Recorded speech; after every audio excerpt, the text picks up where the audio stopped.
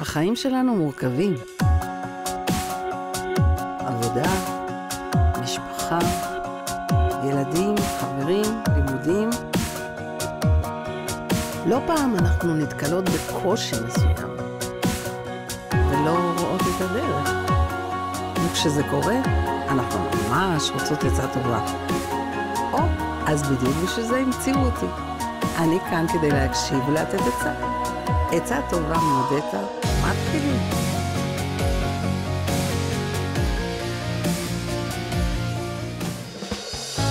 היום אני נוסעת לחוף ימה של תל אביב.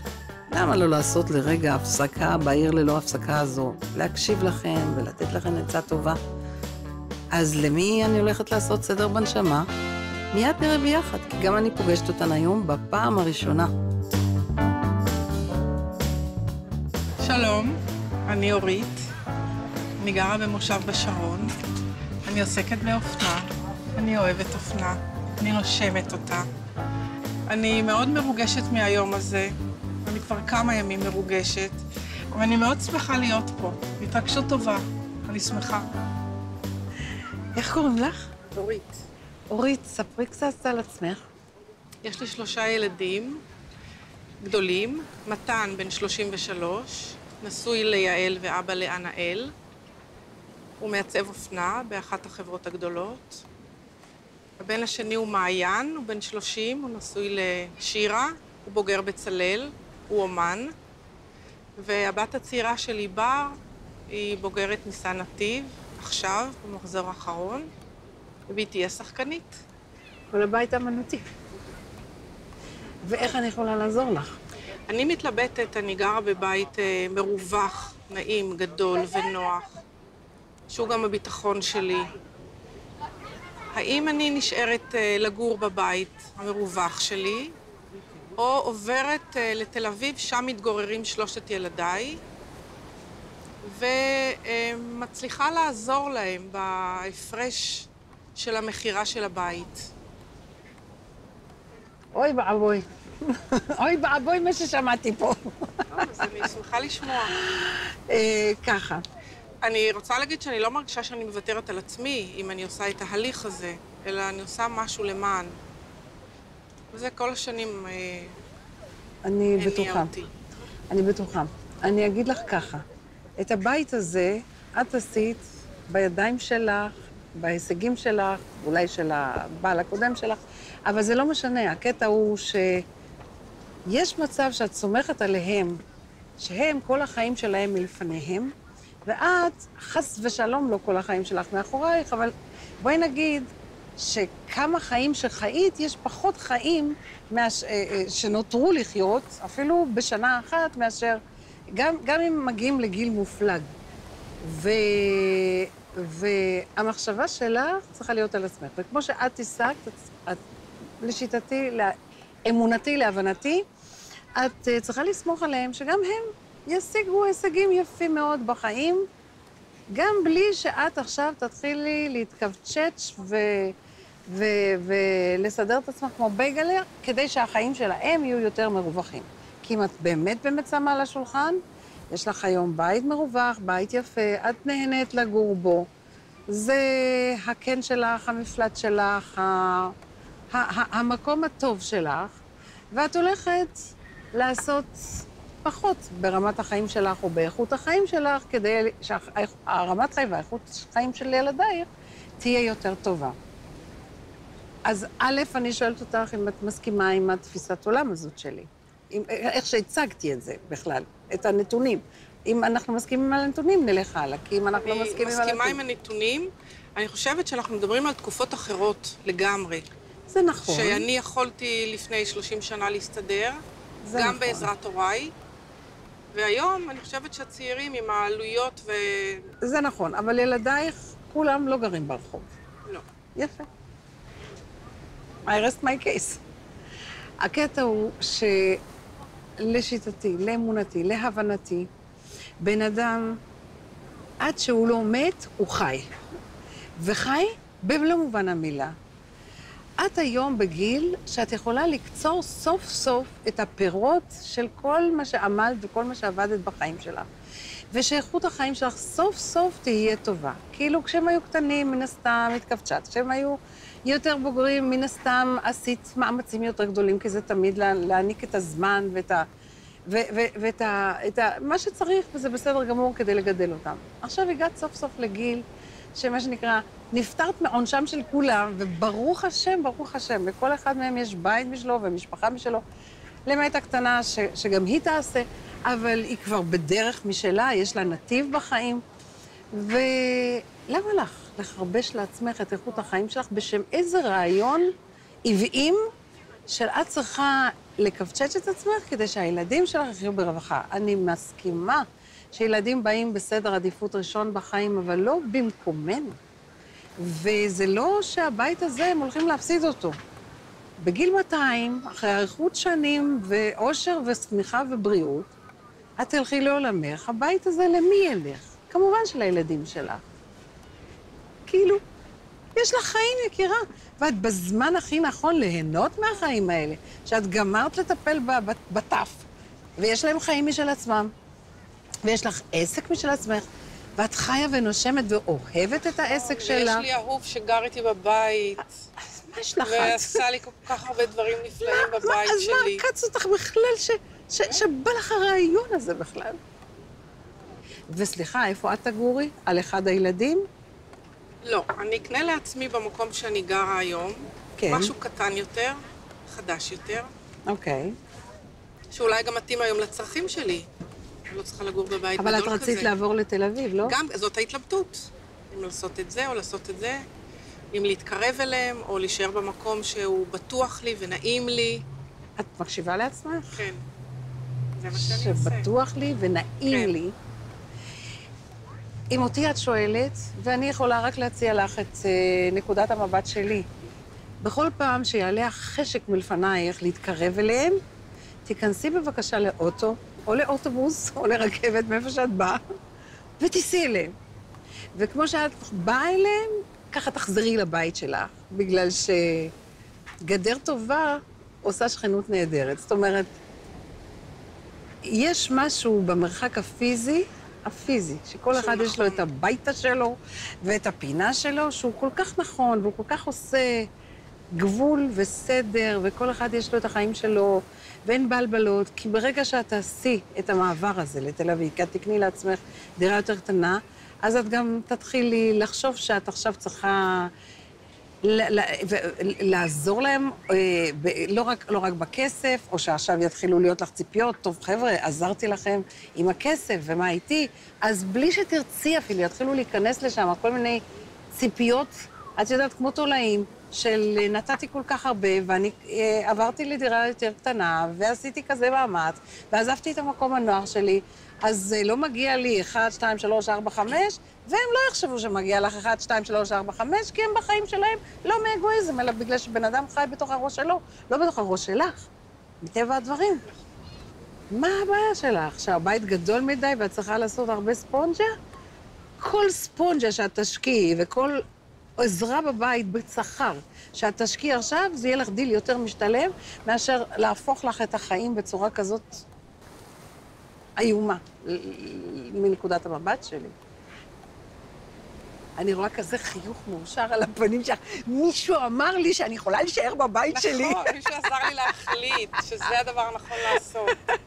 נכון, ואני החלטתי תוך כדי שיחה. אני מאושרת בשבילך, אני מאושרת בשבילך. זהו, אני החלטתי.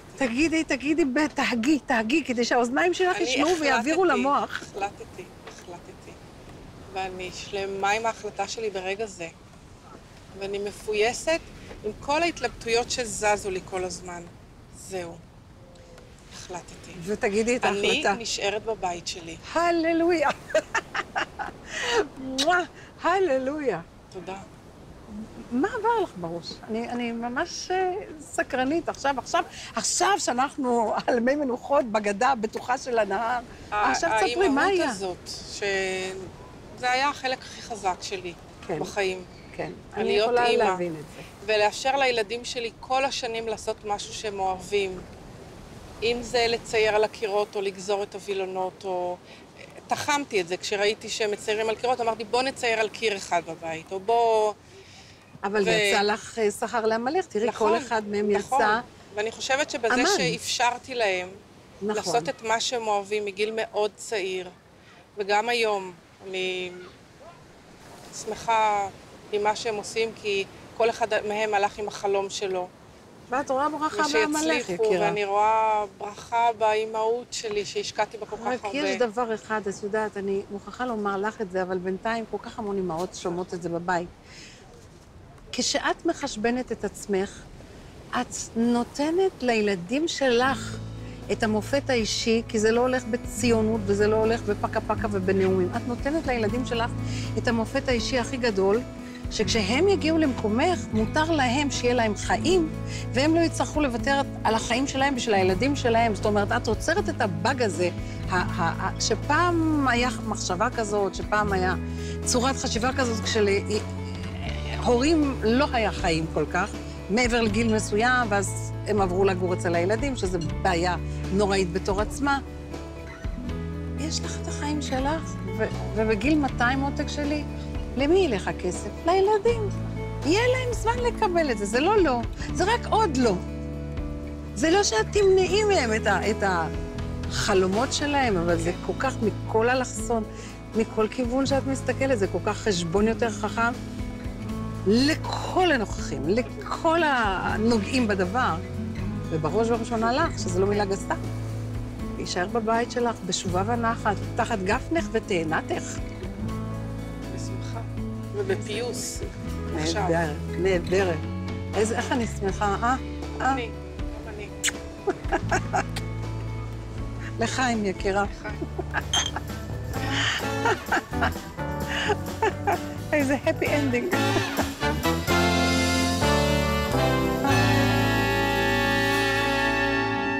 אז קוראים לי לילך אלטמן, אני בת 36, ואני אימא ל3 ילדים מדהימים, כן, בני 7, 4.5 ו9 חודשים. אני מנהלת פרויקטים גדולים, היום מנהלת תחום של מנתחי מערכות ומנהלי פרויקטים בעבודה, והדילמה הגדולה היא באמת איך לעשות את זה, זה לעשות גם בבית וגם בעבודה, וגם ביניהם, בשביל עצמי. תודה. הנה אבטיח, הנה גבינה בולגרית, הנה אייס קפה, והנה אני. איך קוראים לך? לילך, נעים מאוד. נעים מאוד. אז איפה חבחיה? איפה הבעיה? אין בעיה. לא, אישו, איזה נושא אומרת. להתייעצות. אני צוחקת, בכוונה אמרתי חבחיה. כן, אני צוחקת, תמיד אומרת חופשת לידה זה זמן לחשוב. יש בו המון זמן לחשוב. נכון. ויש משהו במרוץ חיים הזה, שכולם מדברים עליו, כמה הוא קשה, כמה הוא לא זה. ותמיד הייתה בי אש מאוד גדולה לעשייה. לעשייה, לשינוי, להשפעה. תמיד הייתה בי אש גדולה, נקודה. זה לעשייה, בדיוק, זה המשפט הנכון. כי אני רואה אותך, כן, בדיוק. אני כן חושבת שיש משהו בילדים שאולי אפילו בשלישית הזו שהפילה איזה אסימון גדול, שפתאום אני אומרת, רגע, גם זה פרויקט נורא גדול. נורא רוצה להשקיע בו, ולתת לו ולהיות שם. בילדה. בילדים? בבית. בבית. אני מרגישה שהם צריכים אותי יותר בגילאים האלה. שיש לי יותר מה להשפיע ומה לכוון היום. אוקיי. וכן, אני מחפשת בתוך עבודה ובית גם את עצמי. זאת אומרת, חשוב לי גם אני בתוך כל זה. אוקיי. וזהו, קצת לפני שחזרתי, קצת לפני שחזרת לעבודה. אוקיי. היו לי הרבה שיחות, כולם אמרו לי, תראי, זה קשה, וכולם מתרגלים, וזה אמרתי, קשה, אני יודעת לעבוד, זה לא מה שמפחיד אותי, אבל לא בטוחה שאני רוצה להתרגל. זאת אומרת, אני באמת חושבת שיש גם משהו בתרבות העבודה שלנו שהיא רעה דרך אגב גם לגברים, לא רק לנשים. עכשיו, יש בי משהו שמאוד ברור לו שתוך כמה שנים, יגידו לי, נחמד, טוב שבאת לבקר, זה כבר פחות רלוונטי. הילדים פחות צריכים אותנו. בדיוק. אבל עכשיו... יש לי חדשות בשבילך, אני אספר לך קידום עלילה לפי זה שיש לי בת 36 ובן בן 30. הם בחיים לא עוזבים אותך. זה משתנה, זה נכון שאת לא צריכה לרוץ אחריהם עם הבננה, אבל זה צרכים אחרים לפי תקופות חיים שלהם, ואז את מביאה להם מענה, אפרופו העבודה שלך, אחר, הם בחיים לא עוזבים אותך. אספר לך אנקדוטה, כשהייתי אחרי באולטרסאונד סוף חודש 9, אמרתי לה, אמא שלי תמיד אומרת, זה ילדים, זה רק כשאתה מת, אתה מפסיק להיות הורה, מפסיק לדאוג. אז היא אומרת לי, אמא שלי הייתה אומרת, גם בקבר, הם באים לבכות אצלך. אז הם באים לבכות אצלך.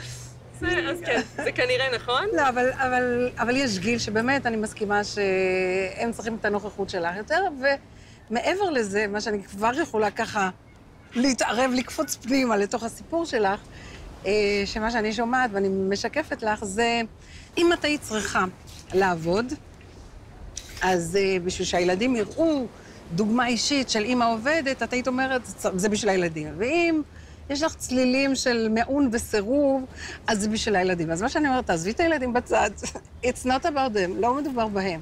זה הכל את ועצמך, ואת לא צריכה אותם בתור תירוץ כדי להאט קצב, כדי להיות יותר בבית.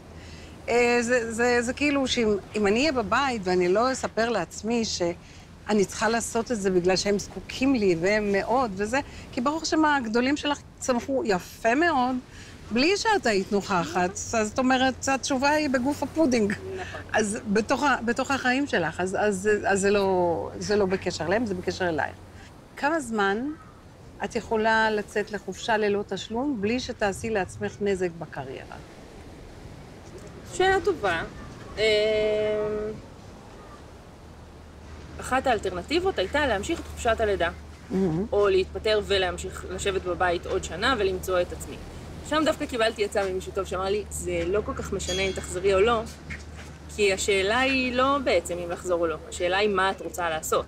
את יכולה לשבת בבית ולא לעשות עם זה כלום, את יכולה להיות בעבודה ולעשות עם זה המון. ואת זה לקחתי. לי פחות טוב לשבת בבית. לשבת בבית לא עושה לי טוב. זאת אומרת שבעצם את מדברת עכשיו לא על לשבת בבית ולחנך את הילדים ולגדל את הילדים, לא, זה ברור אלא על שינוי בקריירה. כן, על איזשהו שינוי באורח החיים, במה שזה מביא איתו, גם בשבילי. בעיקר בשבילי, האמת. מה זה נקרא אצלך שינוי באורח החיים? טיפה ליהנות יותר מהדרך, טיפה להוריד את הווליום, ולא להיות כל הזמן שם, אלא להיות פה. ואת יודעת שאת בשביל הדבר החכם הזה שאמרת רגע, להיות פה, זאת אומרת להיות נוכח, להיות בשנייה זו, רק פה איפה שאני, הישבן שלי על הכיסא פה איתך, אין עולם, יש רק את ואני והשיחה שקורית עכשיו בינינו. אז כדי להיות נוכח, זה לא משהו שאת צריכה לעשות כאלה מהפכות עולם.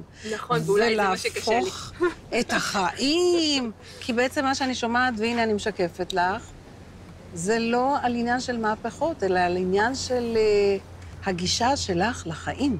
זה בדיוק העניין של דברים קטנים. ולי מאוד קשה עם דברים קטנים. אני מאוד אוהבת את הגדול.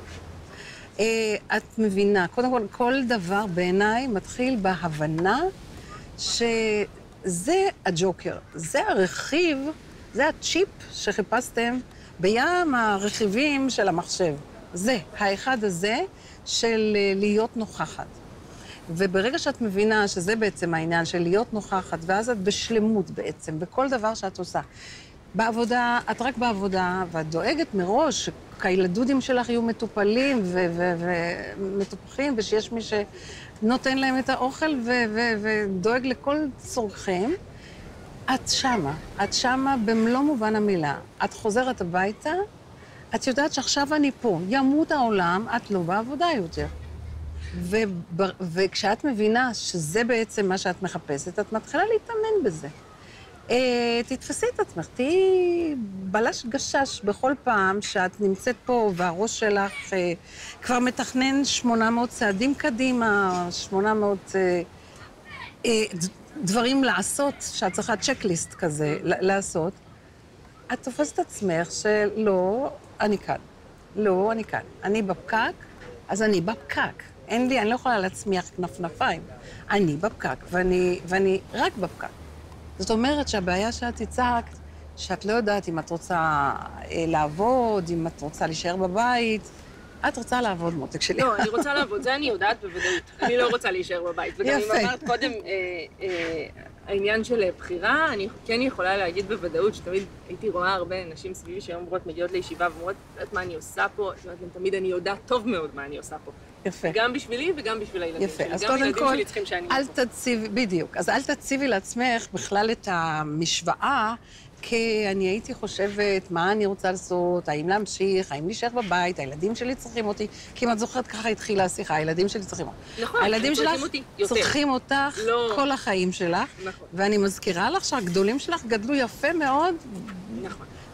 באופן הזה שהם גדלו, שאת לא כל כך היית נוכחת, וגם להם היה את הגיל כמו לקטנה, שהם היו צריכים אותך במרכאות ולא במרכאות, והכל היה בסדר, גם עם השעות עבודה שלך המאוד עמוסות, והכל הסתדר לטובה.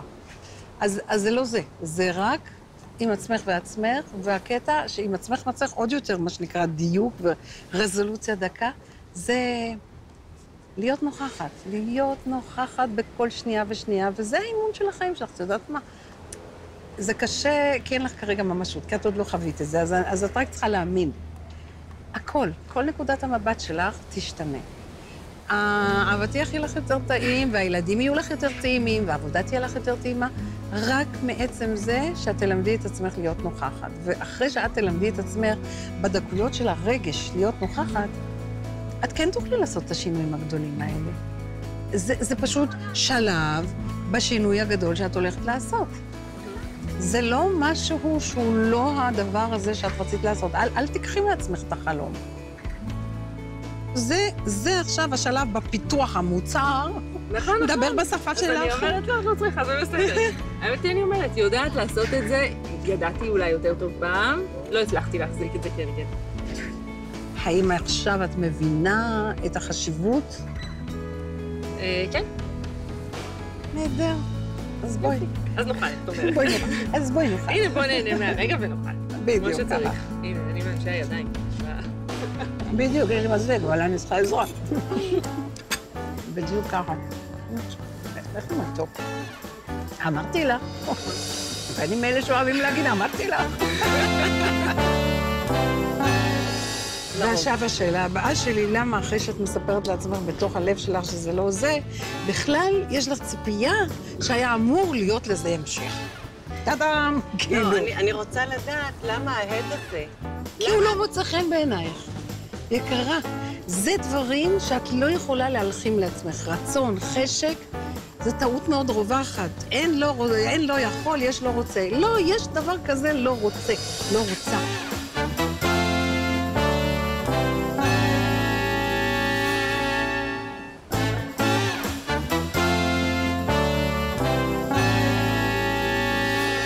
שלום, שמי מיקי כץ, אני גרה בתל אביב. אני גרושה, אימא לשני ילדים וסבתא לשני נכדים.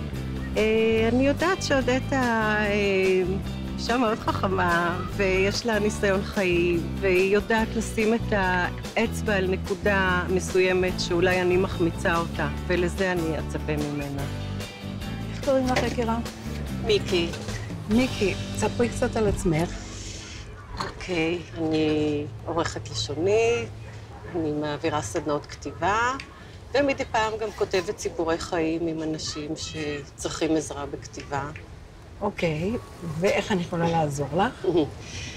אני רציתי לשאול מה דעתך בבעיה המסוימת הזו, שאני הולכת מדי פעם לדייטים, לא הרבה, לא לעתים מאוד תכופות. לפעמים מכירים לי, לפעמים דרך אתרים. רגע, כמה זמן את רווקה מחדש? 9 שנים. אני לא אומרת גרושה. 9 שנים. 9 שנים. אוקיי. והקצב הוא לפעמים 4 פגישות בשנה, ולפעמים 2-3 בחודש, אבל די איטי. אוקיי. ולרוב הפגישה מסתיימת בזה שהייתה פגישה. אוקיי. אם זה מצידי, שאני לא מעוניינת, אם זה מהצד השני. מה שבאמת הייתי רוצה לדעת זה את הדבר שבי אולי נעשה לא נכון, לא בכללי למה זה לא מסתדר, אלא אם משהו אני יכולה לשנות בהתנהלות הזו, ברור. כדי לשנות את התוצאה. ברור, כי באמת כל התשובות הן אצלנו, קודם כל.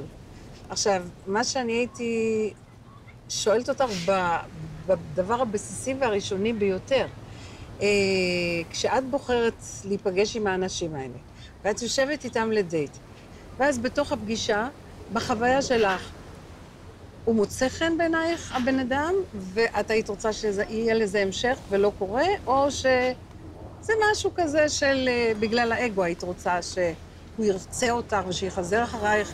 אני מנסה לחדד אותך מה את מרגישה בתוך הפגישה.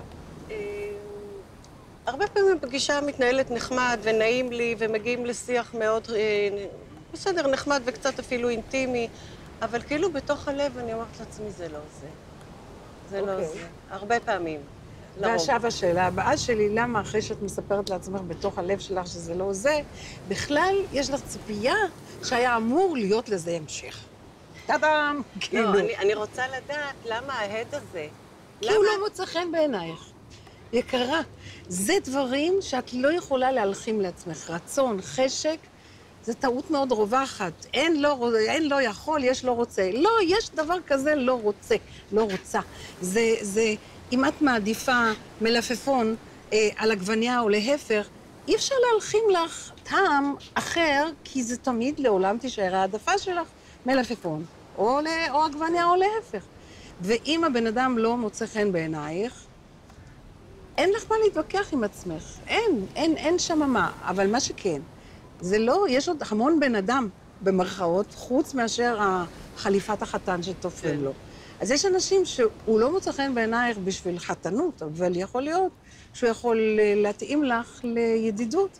עכשיו, ברגע שאת לא באה עם כזה כובד את לפגישה, את לא משדרת שמה, שיש לך הר של ציפיות שאת מלבישה עליו כמו גיגית על הראש, ובן אדם, אפילו אם אנשים לא הוגים במילים דברים, אם יש להם מחשבה מסוימת, היא תצא להם בשפת גוף, היא תצא להם בגוון קול, ותגידי את המילים הכי פשוטות, ועדיין ההתכוונות שלך תצא, וזה מכביד.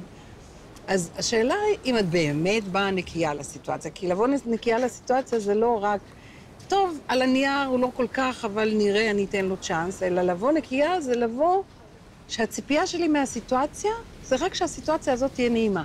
לא יותר.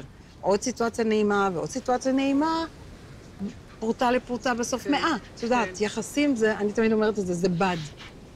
עוד חוט ועוד חוט ועוד חוט, בסוף יש לך יריעת בד גדולה ושלמה, וזה הקשר. אבל הקשר נרקם מעוד חוט ועוד חוט, אז רק את הנעימות של הסיטואציה. יש איזו פסאדה, את יודעת, בכל פגישה, שבכל זאת רוצה לראות את הצד היותר יפה שלך, היותר...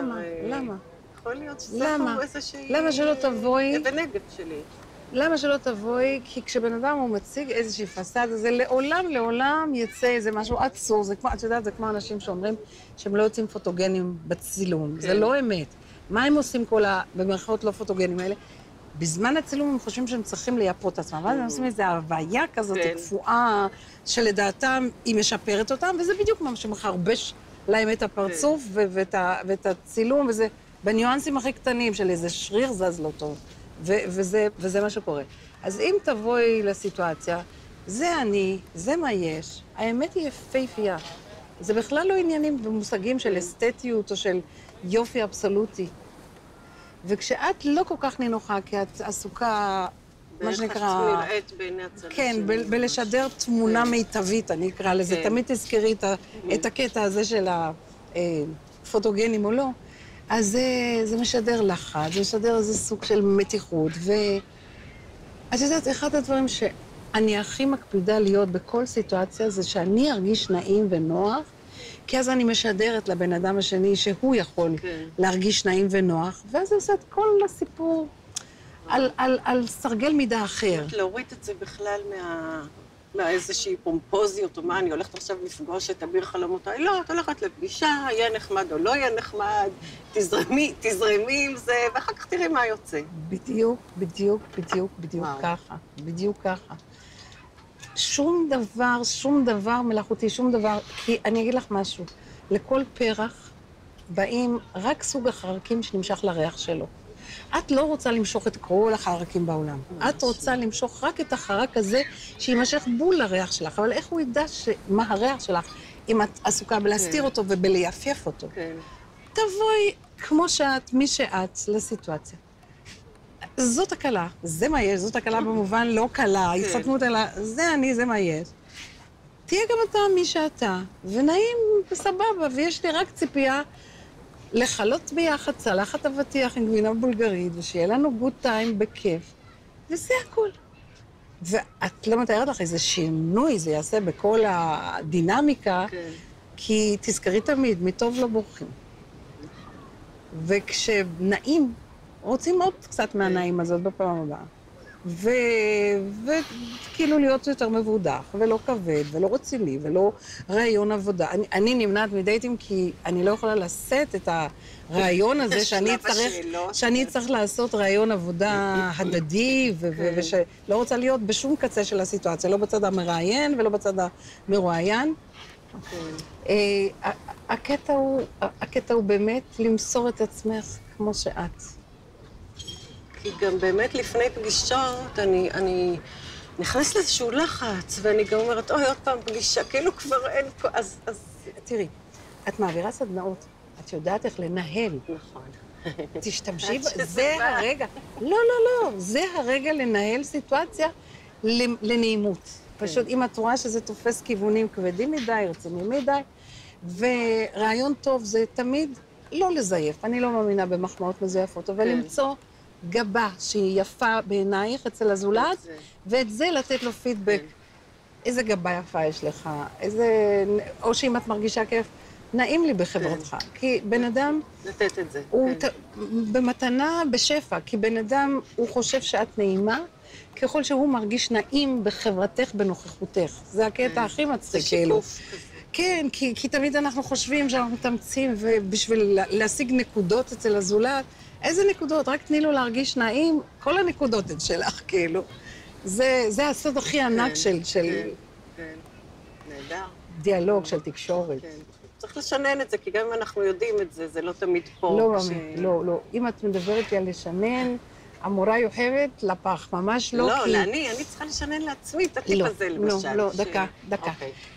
אם את הבנת אותו עד הסוף, לא מאמינה בתהליכים, לא מאמינה בשינונים. אוקיי. אם לא הבנת, אני אשב איתך מחר בערב, שוב, מכל כיוון, עד שתפנימי לגמרי. אם הבנת עד הסוף, את לא צריכה לשנן כלום. האורגניזם שלך, הגוף שלך, המיינד שלך, כבר התנהל שונה. כן. גם, את מבינה, אפילו לא לחץ במובן שאת הולכת ללמוד שיעור. שום דבר. לא שיעורי בית. רק הבנה. בגלל שאני בן אדם שלומד, אז תמיד אני צריכה לשים א', ב', מה הפקת היום? הפקתי א'. תדווחי לעצמך שאת הבנת. וברגע שהבנת, גמרנו, זה שלך. עכשיו שכפלת, זה שלך. כן, לגמרי. נהדרת, אין לך בעיות יקירתי. אז טוב, לא נותר לי להגיד ממש תודה רבה. בכיף גדול, ועזרת לי. ושתהני, ולכי תרקדי עם החיים. תקווה. בואי מתכבד. אבטיח. הוא כזה... יש פה גם גבינה בולגרית. תראי כמה יפים החיים. ים ואבטיח. בשבילי זה הכל. ושיחה כיפית. בשבילי זה הכל, זהו. אז את רואה שכל השאר אקסטרות, בשביל מה להלחיץ? זה נכון. בעיקר את עצמך.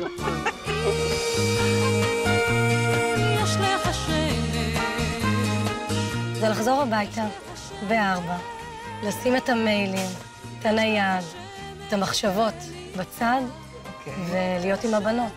וזה הקושי המרכזי, האי-יכולת להתנתק. היית שם, ירדת למטה, קיבלת בעיטה בפנים, ועדיין את נשארת אותה עירית. לעשות את הפאוזה הזאת באמת, ולהקדיש את עצמי לבית שלי, לילדים שלי, למשפחה שלי. זה קונפליקט שאני לא יודעת איך להסתדר איתו. את עברת על החוק הכי גדול של כל בן אדם, כדאי לו לחיות על פיו, שכשאת נמצאת בסיטואציה מסוימת, את ב100% בתוך אותה סיטואציה נוכחת. זה לא הרבה זמן במונח של זמן, אבל זה המון זמן בשבילי. אני לא יודעת להיות בבית כל כך הרבה זמן. אנשים רוצים את מה שהם רוצים, והם רוצים את זה עכשיו. ואין ואקום. אם את תתני את עצמך זמינה, באמצע הלילה זמינה, גם כן יהיה מישהו שנורא דחוף לו, שהברז שלו נוזל, או אני לא יודעת מה, באמצע הלילה. אבל טלפון אתה יכול לשים בצד. כן. מיילים אפשר. מה את לא יכולה? המחשבה מעסיקה אותי הרבה. אני מלבישה נשים ואני מתרגשת. נכון. אני מתרגשת עד כדי דמעות לפעמים. אני נורא מפחדת שמשהו בכל התהליך הזה יגרום לי לפספס. לא יעזור שום עצה שאני אתן לך, את פשוט תמשיכי ותמשיכי עד שתקרסי, תתעלפי עם הלשון בחוץ, ואז תגידי, טוב, בסדר, עכשיו אני מוכנה לעשות פוס. אני גם ממשיכה ב8. העבודה ממש לא מסתיימת ב4. מה שאני שומעת, זה כל פעם האשמה עושה קוקו, קוקו, קוקו, כאילו, בכל אשר תפני האשמה הזאת. אם את יכולה להבין שעכשיו קיבלת על עצמך ג'וב, חצי שנה, זאת הפתקה, זה שם העבודה שלך, לקום בבוקר בנחת. יש לך שמש, יש לך שמש, יש לך שמש בלי